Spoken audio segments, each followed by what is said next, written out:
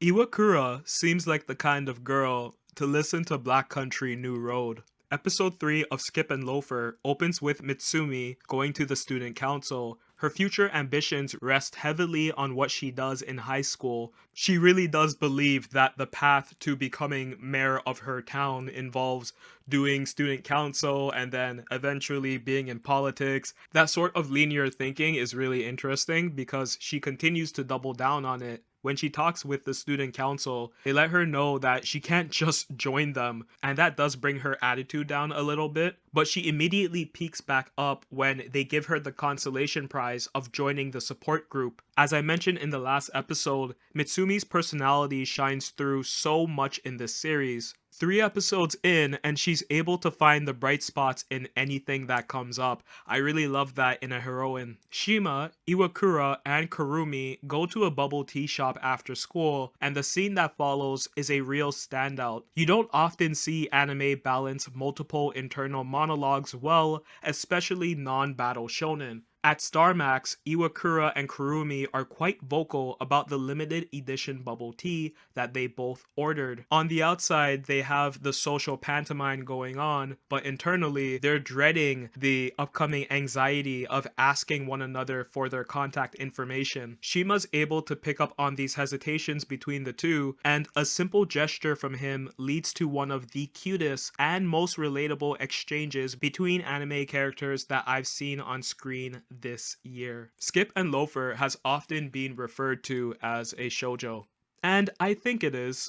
I'm not gonna argue semantics, cause life's too short to get caught up in outdated definitions, but this episode feels very shoujo-esque in the way these characters engage with one another outside of the classroom, and even how family members react to the main lead's choices. The focus on fashion and screen time dedicated to appreciating the boldness or blandness of what the cast members are wearing on their trip to the theater is straight out of shoujo anime. And I find this to be a really important scene. I don't think a lot of male viewers understand the sort of social anxieties that women have when they're hanging out amongst one another for the first time. That mental anguish is captured extremely well with multiple characters throughout this scene. Igashira is silently comparing her outfit to the other girls, and she gets absolutely crushed when my baby mom's Murashige shows up in a no-effort fit. Murashige is naturally hot, and PA Works, the studio behind this season of Skip and Loafer, brings that out in the anime beautifully. She radiates lux and commands attention with little effort. Igashira starts to shrink and feels insecure for being a tryhard around Mura. Of course, best guy Shima comes to the rescue, picking up on all of this, and cheers Iga up, complimenting her style and shining attention on her. Kurume and Murashige's interactions also have a lot of complexity to them. Kurume is a shut-in, she's very reserved, even though she wants to hang out with the girls, she's not really a social type.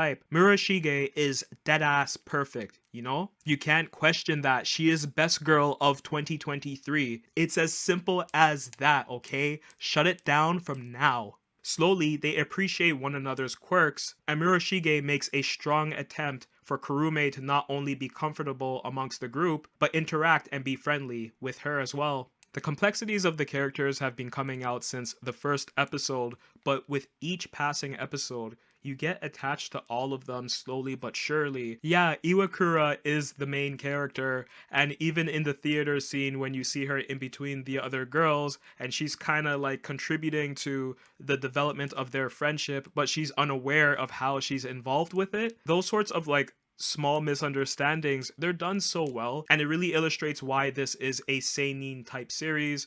I know I've said this is shoujo inspired, I do still stand by that, and we will continue to explore it further. This very much feels like a shoujo that was purposefully written for a seinen audience who is familiar with shoujo, but they actively avoid all shoujo titles because of tropes that they don't like. There are tropes utilized in Skip and Loafer, but they're not relied upon heavy. Really, it is just character development. If you're the type to give anime 3 to 5 episodes in the beginning to see if you keep up with the series or not, I say stick with it. I haven't seen a single bad scene from this anime yet. The manga is incredible, and truthfully, this is probably going to be a nomination for Anime of the Year. The characters only get stronger, the story gets deeper, and the complexities of their interactions, it's always fresh. Thanks for watching the video. If you guys have any anime recommendations, put it in the comment section down below. Thanks.